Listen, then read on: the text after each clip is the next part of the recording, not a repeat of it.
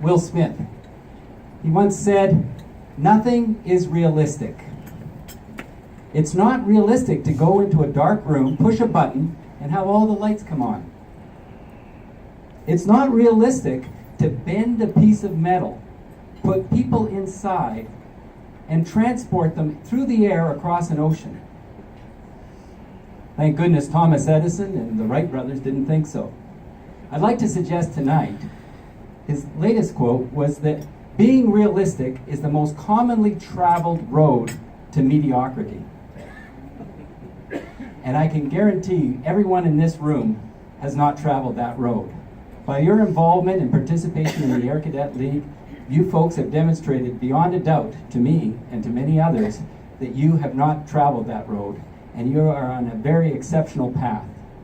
Some of your travels have taken you to places that we heard today, and some of the speaking demonstrations that I've been very humbled to get to follow, and all the other stories and adventures that I've been hearing throughout the day really reinforces my thoughts.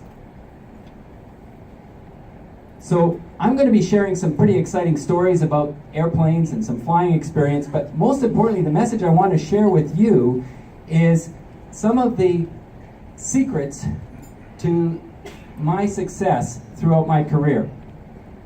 Because success leaves clues.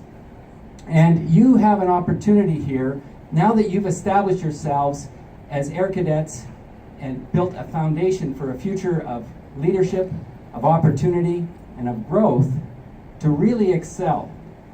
And I think the best way that I can describe that is by giving you some tools. You see, we all carry a tool pouch. Every one of us has this invisible tool pouch on our side here. And what we do is we put those tools that we gather from our research, maybe listening to some TED Talks, maybe having an instructor or a mentor. And those tools are added to our tool pouch, and they serve us well throughout our lives if we have tough decisions to make. Maybe it's a decision on what course to take in university, or what career path to take. Or maybe it's a decision to deal with some very difficult people in your lives. So the tools that I'm going to share with you today, I'm hoping that you can add to your tool pouch, because they certainly have served me well. And one of the tools that I've used all along is the attitude of gratitude. And basically, people have said that I'm probably the luckiest pilot in the world. And I tell you, from this perspective, I definitely feel that way. I'm definitely one of the luckiest pilots that I know, and there's a reason for that, and I want to share that with you because I think that luck is something that we can all have. And the reason I say that is because I believe the definition of luck for me is that it's preparation. Am I adjusting lights? Who didn't pay their bill? Preparation meeting opportunity. Let me say that again. Luck is preparation meeting opportunity. And when you get those opportunities, you grasp them. So I want you to put that as your very first tool in your pouch today. That luck isn't something that just someone else has. Because believe me, when you start hearing some of the stories of the flying that I got to do, you're going to say, wow, that guy's lucky. Yeah, oh, that guy's really, really lucky. But I want you to know that you too can develop that sort of mindset and put that tool pouch to work in your future, whatever goals you have. So let me start by saying that I joined the military at the age of 17, not as a cadet, but as an Air Reserve technician. And when I first joined, I learned to polish shoes, making those little circles. I learned to press my uniform. I learned to stand at attention and march. I even joined a precision drill team. But I also learned a trade. I was an airframe technician and eventually became a crewman on the single otter. My love for flying started to increase so badly that I finally got accepted into the regular force, and I went to pilot training. And once graduated, I went on to Cold Lake, and I flew the basic fighter of the day, which was the F-5. Now, you can imagine when you're 21 years old and you're carrying live ordnance, low level over the northern Alberta and Saskatchewan weatherlands, and you're leading a foreplane at a very young age. It was a heavy responsibility, and it was a terrific opportunity. Upon graduation, the students on that course went on to either fly the CF-104 Starfighter over in Baden, Germany, or they stayed in Cold Lake or Bagotville on the F5, supporting NATO in the northern flank, or we went on to fly the F-101 Voodoo, as was introduced. And the Voodoo, what I call the ultimate North American muscle car of the air. This thing was designed in the late 40s. It first flew in 1952. And to give you an idea of how much thrust this thing had, you know, you can imagine you're sitting in an airliner and it's about to take off. And as it takes off and it climbs up to its cruising altitude of about 35,000 feet, seatbelt sign comes off, the meal starts. That takes about 20 minutes. Would you agree? Well, in the Voodoo, when you go from brake release to 35,000 feet, it's 90 seconds. So it was a heck of a rocket ride, and it was a dynamic airplane to fly. And out on the West Coast, we would fly intercept missions, but the weather wasn't even always that good. Quite often, if you don't believe all the glossy brochures, the West Coast gets a lot of rain and a lot of cloud, and we fly formation in the cloud. And when you're flying formation in thick, dark West Coast cloud, you tend to get very close to your wingman. And you're kind of locked onto that little green navigation light on the right wing. What I noticed was many of the pilots there started to get very comfortable only on the right wing. They actually were not as confident to fly on the left wing. And I didn't like that idea. I thought, you know, if you're going to be a fighter pilot, you've got to be able to fly formation in any position. And so that comes up to my next offer of advice for a tool for you. And I call this expression, work on your backhand. How many have played racket sports? Badminton, tennis, squash? So as you know, many people are very comfortable with their forehand. But it doesn't take long before your opponent will realize he's going to start putting the ball over there. So you can either stand at the edge of the court and keep working your forehand, or you can actually work to balance yourself. And so my advice in life is that when you have a goal and you have an objective and you find that there's a weakness in your talents for that one goal that you're aiming for, then work on it. Because the dividends that it pays will not be reflected immediately, but further down the road. And I'm going to demonstrate that in just a moment. So I worked on my backhand. I became very competent on the left wing. And the payoff for that was that it became recognized on the squadron that I was a fairly strong formation pilot. And so at a very junior time, when they were selecting the formation demonstration team, I got selected. They said, let's put Dale on number 3. And it was something that probably wouldn't have happened had I not done that. So that was one of the benefits that I had. The next benefit that happened to me with my backhand theory was even more important. You see, instrument flying is a part of aviation. And I was not that good at instruments. I didn't even really like flying instruments. I liked looking outside. But I realized that I needed to work on my instrument skills. And I worked on them very hard. And again, that became recognized, and my supervisor offered me the opportunity to attend the instrument check pilot course. I was actually sent on course as a lieutenant, which was kind of unheard of in that day when I showed up being that young.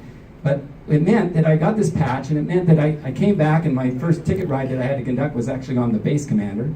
It's a bit of a humbling experience. But the reason I'm sharing this with you is that later on, there's a sequence of events that started to unfold as a result of me working on my backhand. And that sequence was, when I was due for a posting, I was going to be either going to Moose Jaw to be an instructor there, I could go to a ground tour, or I could be an instructor on the F-101 Voodoo in Bagotville. In order to qualify to be an instructor on fighters at that time in Bagotville, you needed to either have the Air Weapons Instructor course, which is like a fighter weapons, a Top Gun course, or be an ICP. Since I met that criteria, I was now eligible to be posted to be an instructor up in Bagotville. And instructing, as many of you know, is a wonderful privilege. The Air Cadet organization, I understand, has a tremendous opportunity for very young cadets to learn their skills and then pass it on. And as you and I know, we don't have to discuss this, you really do learn your trade better when you're starting to teach. Well, while teaching there, Canada was in the throes of getting its new fighter aircraft. The NFA, as it was called. You know, we are actually at that period in our military lives right now where we're going through that again, where a decision is going to be made on the F-35 or the Super Hornet or perhaps a Typhoon or any combination. But the question was, who was going to be the very first to fly these airplanes? how are we going to select the people that are going to train the other people? I didn't think I had a chance. I was very young, I was very junior. But one of the criteria that was used was clearly that if you're going to be an instructor on this new aircraft to teach others, you had to have a fighter background. So that was the first criteria. The second criteria was that you had to have an instructional background. Well, you couldn't be an instructor unless you were an ICP. So as you can see, by working on my backhand, by getting my instrument skills up, by becoming an ICP, by becoming an instructor, suddenly I was posted as one of the first 13 pilots to fly the airplane. And I got to tell you, there's nothing like the new car smell. The airplane was new, it was dynamic, and the work that we had was intensive, but it was really very, very exciting, as you can imagine. And what made it even more exciting was Canada had to demonstrate this aircraft to the public. There was a lot of controversy. Did we buy the right airplane? We spent a lot of money. Was it worth it? And as a result, the government and the military had authorized, for the first time in over 2 decades, full aerobatics for a fighter aircraft to go on the tours with the Snowbirds. And I was one of the demonstration pilots right at the beginning to fly the aircraft in the air show realm. And it was a lot of fun and a great experience to be traveling throughout the country and demonstrating to the people that were very curious about the performance of this plane. One of the things that I didn't realize was a benefit, and this is where I'm getting back to the idea, is that we have no idea when we're working hard at the beginning, when we're getting that preparation for those opportunities, that what else could I benefit from? Obviously flying this airplane was exciting, but in retrospect, what I really, really go back and feel very, very blessed and lucky about was the people I was working with. I was surrounded by people who were like-minded, they were highly motivated, they were very focused and very skilled. And some of the people you may recognize. One of my students was this gentleman. How many have had a chance to read his book? Fantastic. There, in his book, is a whole hockey sock full of tools for your proverbial pouch. You see a lot of head nods, and I think you'll all agree. One of the things that he talks a lot about is decision making. And when he talks about decision making, I'm reminded of this quote that you may have heard. It says, "Be careful of your thoughts, because your thoughts become words. And be careful of your words, because your words, they become actions. And be careful of your actions, because your actions become habits. And your habits become your character, and ultimately your destiny." So if you roll that back, I want you to think very positively about the future and about your opportunities and how lucky and blessed you are to be in the Air Cadet organization, to be in Canada at this day and age, and all the opportunities that are ahead of you. Some of the other folks that I got to meet were equally talented. Another student of mine was a chap named Billy Flynn. Billy Flynn was married to Julie Payette, another astronaut. And look what he does today. This is a Canadian who is now the lead test pilot for the Lockheed F-35 program. I got to speak with him at the Abbotsford Air Show this year, and it was great to reminisce. And I got a better insight into what that aircraft's capability was. He did appreciate that he was a salesman, but he also has a great insight into the capabilities of this new aircraft. So my regular Air Force career was starting to draw to a close, and it was a very difficult time. The reason I decided to leave was I grew up in a military family and I didn't get to know my grandparents. I had a young child and another one was on the way, and I wanted them to have a better relationship, and I felt that I could only do that by living in a larger center. So I switched back out of the Reg Force and I went back into the Air Force Reserve in Winnipeg, where I started, and joined Air Canada. And in the reserve, I got to fly this aircraft. It's called the Jumpin' Technology Backwards.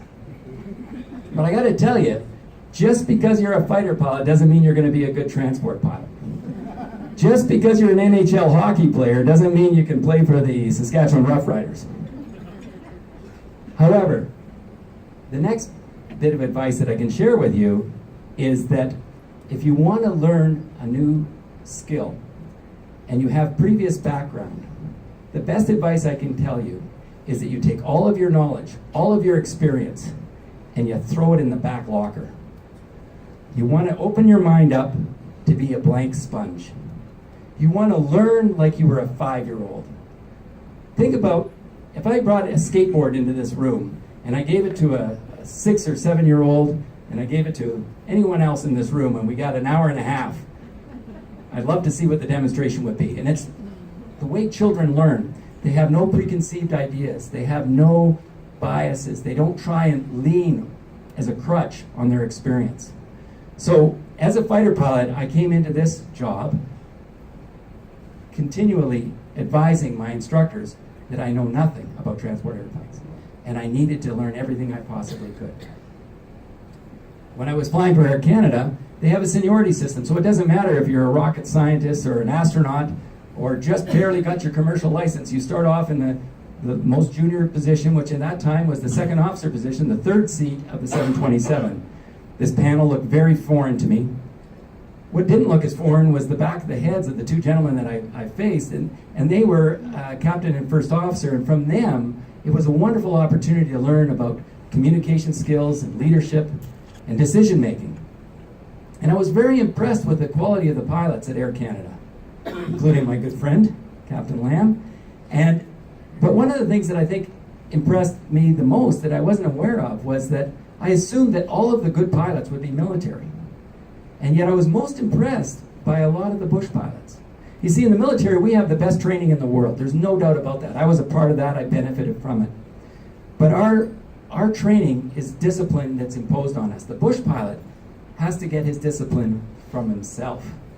He's sent up there with poor equipment, with maybe a boss that's putting a lot of pressure on him. And he has to make some decisions without any guidance. And if he survives that, and he does well, then he can become a very capable captain for the airline. One of the highlights for me in my aviation flying with the airline was when I got onto the DC-9, I actually got to fly with my older brother. He was Montreal based as a captain on the 9, and I'm going to show you a picture, and I want you to look at the instrument panel there. So it's fairly busy.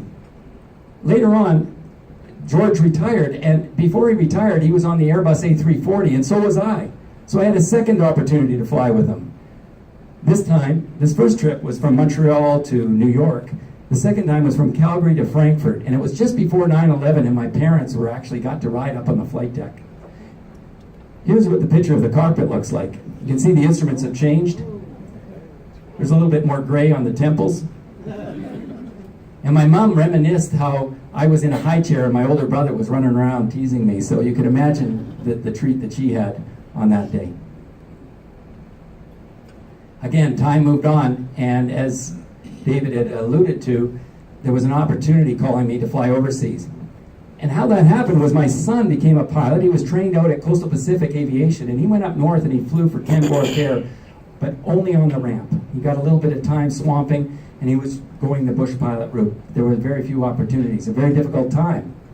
And a friend of mine called me up and said, I want to hire your son. And I thought, okay, does he want him to clean an airplane or do some office work? And he said, what do you got? And he says, I've got a brand new Challenger 604.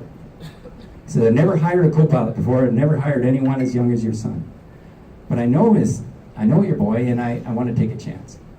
So at a very young age, my son had this opportunity to go fly overseas.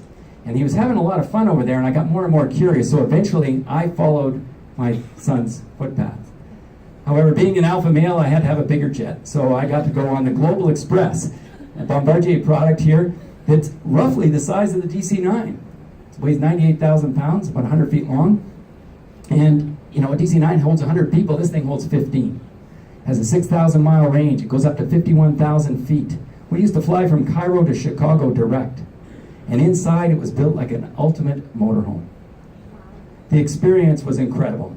The places I got to see, I flew to places like Paris and Rome and Cannes and Nice and even to North Korea. But the real highlight for me was when my son transferred over from the right seat of the 604 to get his captaincy on a smaller jet called the Cessna Citation 3. It was an 8-passenger airplane that had the capability to be single pilot captaincy. And I got to fly with him on many occasions as his co-pilot. So here he is at about flight level 410 over the Mediterranean, staring at his dad, who was proud as punch and feeling a little bit humble because I wasn't allowed to touch any of those pilot switches. It was an experience I'll never forget. So as you can see, you can keep saying, wow, that guy really is lucky. But I want to reinforce that success does leave clues. And no matter how much adversity you're faced, whatever setbacks that may happen in your future, you have an opportunity to look at it from two perspectives. You can simply look at it at face value, or you can hold your hand up like this and just turn it around just a little bit and say, with doors closed, what other ones are opening? And how can we make that just a little bit better? And when you focus on that, you're going to find that over time, those other tools that you've established will help you build your future. Before I wrap up, I've got to tell you that when I left Cyprus, I was getting a little bit, I was getting sad.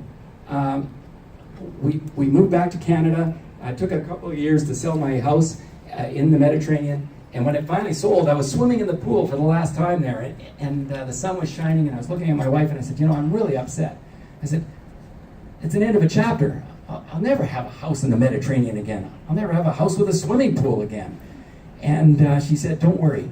As soon as you get home, there'll be another adventure.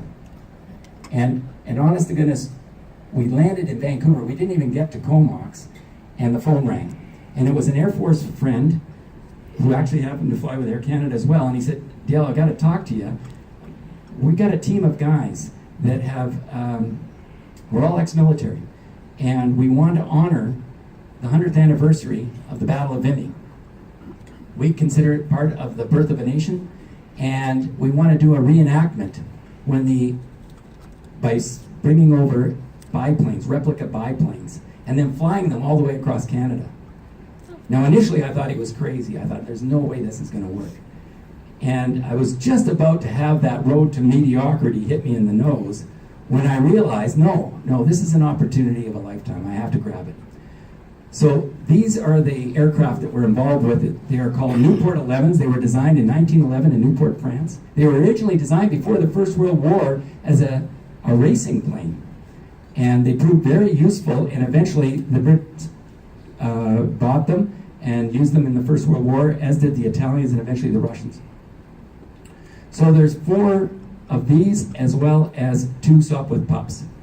Now, unfortunately, one of the aircraft meant a couple of very serious prangs, and the pilot was not too badly injured, but he was kindly asked by the insurance company to leave the team. And so we were looking for another airplane. And we almost bought another one, and then that fell through. So I was starting to start the hunt as well, and one came up just down the road. It was in Nanaimo. A carpenter was working on this thing for 10 years. He never flew it. Here's a picture of the 1936 dedication by King Edward. And you can see the crowds that are there, and you can imagine what's going to happen next year on April 9th. Are there any squadrons trying to send any cadets over there this year? I know that EF Tours, there are a few. EF Tours is bringing 9,000 officers, cadets, teachers, and students over to Vimy for this celebration. And they've been in contact with us, and they want to use one of our airplanes as static. So anyway, the aircraft came up. Is this going to work? Here we go. In Nanaimo, I brought it back to the hangar, and I had to start working on it. There was some mods that needed to be done. One, it needed a bigger tail. And I had already built an ultralight, so I was fairly familiar with the tube and fabric system. This is a pop riveted structure, so it uses aircraft grade aluminum. And you simply bend some aluminum, you cover it with fabric that you iron to shrink, and then you paint it. Now, the landing gear was very heavy, and it needed to be upgraded. And so I ordered these very special motorcycle rims from a KTM 80 kid's dirt bike. And then we decided we were going to put mountain bike brakes on them, but we needed an adapter. And I tell you, that's way over my skill set. So I have a friend who's also the lead maintenance officer for our program. He's the only civilian on our team, and he's the only one who's got a secret security clearance, because this machinist millwright has actually worked in the in the bowels of our O'Brien-class submarines, turning the machinery on it. And to give you an idea of his skill set, he's taken this chunk of aluminum. The picture doesn't show it very well, but if you can imagine a large, can of beans that weighs about 30 pounds, that's a chunk of aluminum, and he's machined it into this beautiful piece of art. And that's an adapter that converts from that mountain bike brake that can go on to the rim. And the black device there on the right is to support the brake caliper itself. This is the end result. And I got to tell you that my brakes are the envy of the teams. They work like a charm. The other guys, they can barely get 1,300 RPM out of their engine before they start creeping forward with their old drum brakes, and I can go full pull up to 3,600 RPM and hang on those brakes. Is it bungee corded? That's what you see as bungee cord. That's a suspension system, and it works very, very well. It looks very fragile, and I got to tell you, the airplanes are very fragile. But compared to what they had back in the First World War, these things are rugged. Here's what the cockpit looks like. It's not quite what the Airbus was like, and it's certainly a lot smaller. I upgraded the fuel tank. The original builder had a galvanized metal soldered fuel tank. It looked like he used a bit of JB Wells on the bottom, and since it sat on your lap, I thought it would be more prudent to get a professionally welded tank. Had to have some fun. One of the guys had a smoke system on board, so we thought, well, gee, if we're going to do this, we have to have a nice smoke system. And through the powers of the internet and the community, how do you build a smoke system for something like this? Well, you go to an auto wrecker and you get a Dodge Neon windshield washer reservoir and pump, because this is only a partial picture of it, but it's very small and narrow. It's long and narrow, so it fits up between the fuel tank and the firewall. And then you have the pump squirt the smoke oil through a copper tubing that's wrapped around the exhaust and into each exhaust. Now, I'm on the West Coast, so we're pretty environmentally concerned, so I use a very special smoke oil that's actually made out of vegetable oil that has special oxygen molecules added to it. And it's got the added benefit that when I fly over, you've got this real hankering to go over to McDonald's and have some French fries. We'd love to have the original engine, which is the Gnome rotary engine, but we've chosen a more reliable, which is a Volkswagen derivative. This is a Volkswagen block, but it's really upgraded to aircraft quality. Dual plugs per cylinder. I've got electronic ignition, and it's throttle body fuel injected. So we got permission from 19 Wing Comox to store the aircraft in their hangar.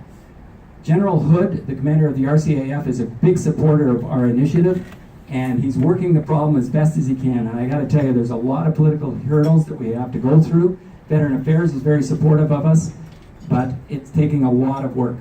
But closer to home, in Comox, 19 Wing has allowed us to put the aircraft in their hangars, and we've been able to train all of our pilots now. We have 9 pilots, and we're all qualified on the aircraft. And we even use the control tower as a mock-up for the memorial itself, which the tower controllers really appreciated. We're going to be traveling across Canada by air when we finish Vimy. Obviously, for the longer distances, we're probably going to have to get something like this. This is just a photographic impression, but we're going to be traveling through communities across the country, and we're going to be in Saskatchewan. So I hope that you will be able to come aboard and your squadrons will be ready to start to participate. Perhaps some of you can get some mock-up uniforms, and because it's the young people that we're trying to represent. Those were the real heroes back in that First World War. So we look forward to that. I guess I'm one of the few guys that have flown both of those airplanes. But we really want to honor our airmen from the Great War and the contribution that they made, not only to the Battle of Vimy, but for the victory of Canada all in all. There is a trailer, a movie trailer I was going to play for you, but we don't have any sound, so I'm going to dispatch with that. You can go online to A Nation Soars or Vimy Flight, join the Facebook page, look at our webpage, and the documentaries. There's 3 one-hour documentaries being done by Dan Aykroyd, who's going to be our narrator. So this is reaching a really high profile, and we're pretty proud and excited about it. And I hope that in 2017 we're going to see you either in Vimy, France, or along the way. But for now, it's been an absolute privilege to speak to such a valuable portion of our of our citizens of Canada, you folks here tonight. And I want to thank you for your time. You've been very patient, and I'll hand the mic back. Thank you.